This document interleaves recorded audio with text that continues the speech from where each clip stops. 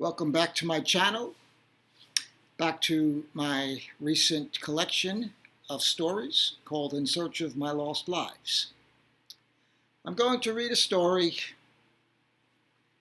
from the first section of the book called Family Legends.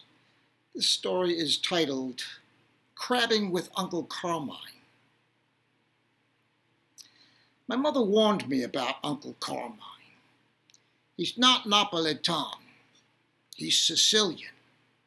She explained the difference, saying when a Sicilian slaps you in the head and calls you stupid, he means it. When a Napolitan does it, it's a sign of affection. She wanted me to know this important distinction before I went crabbing with him and his daughters at Jamaica Bay, adding a final note. Watch out for those girls. They have his blood.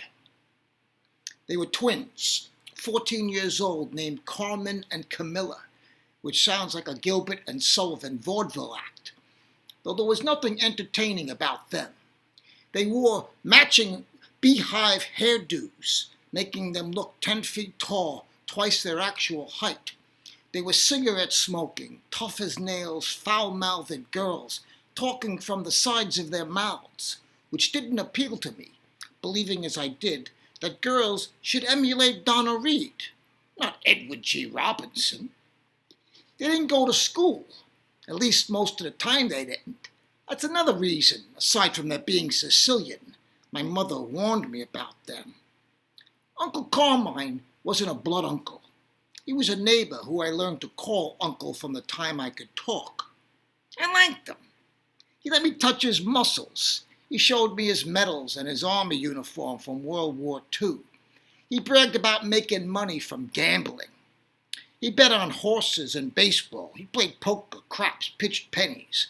Whatever it took to make extra pocket money, as he liked to say. More than once I benefited from his pocket money. He'd slip a couple of dollar bills in my shirt pocket, telling me if I was smart, I could multiply those dollar bills the way Jesus Christ multiplied loaves of bread and fishes. It was the only time I heard him make a religious reference, not counting the times he said, Jesus fucking Christ almighty. Some of the older kids on the street said that after he got out of the army, he spent his time in jail for stealing cars, robbing grocery stores, and killing someone with a beer bottle in a barroom fight. I asked my mother if the stories were true. She said they weren't. His only crime was being Sicilian. When he invited me to go crabbing with him and his daughters, I accepted, despite my misgivings. One in particular. I didn't like crabs. I didn't want to look at them, let alone catch them. I had watched a movie called Attack of the Crab Monsters. We're on an island affected by a radiation fallout.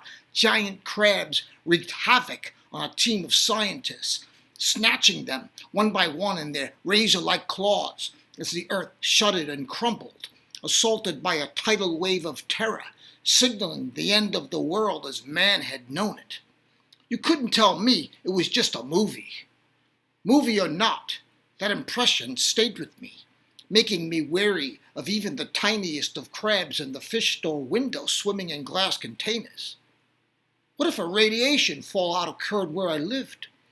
What if the crabs grew larger in those glass containers? What if they became larger than the store itself and began clawing their way down the avenue and started eating all the people who wanted to eat them?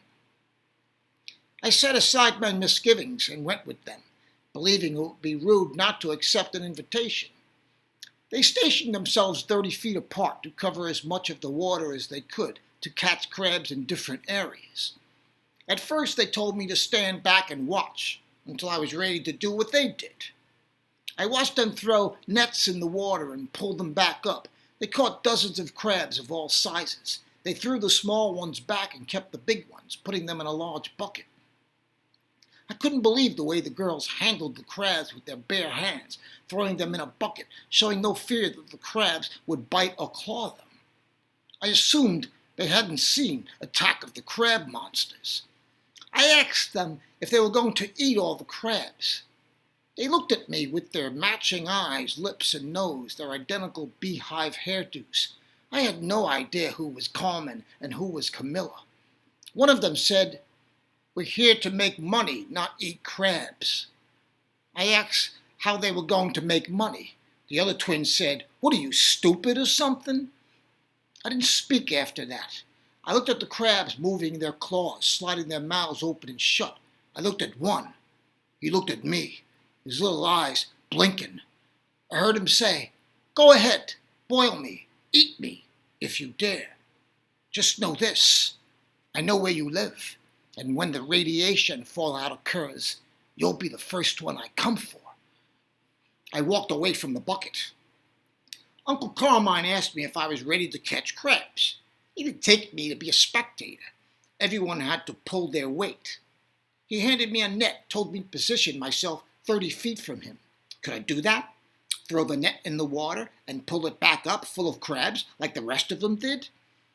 I didn't tell him what I was thinking, that I wouldn't be able to handle the crabs with my bare hands, not like his daughters. I wasn't them. I saw movies. They didn't. I said yes. He gave me a net, told me what to do, and walked away. 10 minutes later, he came by and said, "Where's the net?" "It's in the water," I said, "like you told me to do. Throw it in." He looked around, took a long drag on his cigarette, blew the smoke in my face. "Did you tie it up before you threw it in?" His face was shrouded in smoke, those dark eyes that had seen war and maybe even jail if the older kids on the street were right. Those eyes descended from Sicily, where I knew, according to my mother, men were no good. "You didn't tell me to tie it up," I said. He slapped my head and called me stupid. "How do you expect to get the net back? Are you going to jump in the water and swim to retrieve it?" "I can't swim," I said. "Of course you can't swim," he said, "and you can't crab either." "You didn't tell me to tie it up," I said. "You just said throw it in." "Jesus fucking Christ almighty," he yelled. "Do I have to tell you to wipe your ass? Some things you do because it makes sense to do them. Think about it. If you throw the net in the water and you don't tie it, how do you get it back?" "I didn't think about it," I said. "I just did what you told me to do."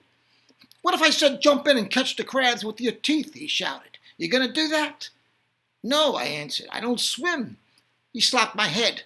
"Well, the net doesn't swim either, stupid." The twin girls came over, cigarettes dangling from their lips. Their father told them what I'd done. One of them slapped me in the head and called me stupid. Then the other one slapped my head and called me stupid. Then, in case I hadn't received the message, Uncle Carmine slapped my head one more time and called me stupid. I didn't tell my mother what happened. I said only that she was right about Sicilians. After that day, I no longer desired to touch Carmine's muscles or look at his medals and uniform. I didn't even want those occasional dollar bills he gave me. I, in fact, stopped calling him my uncle. My real uncles were Napolitan, as were my aunts and all my mother's people.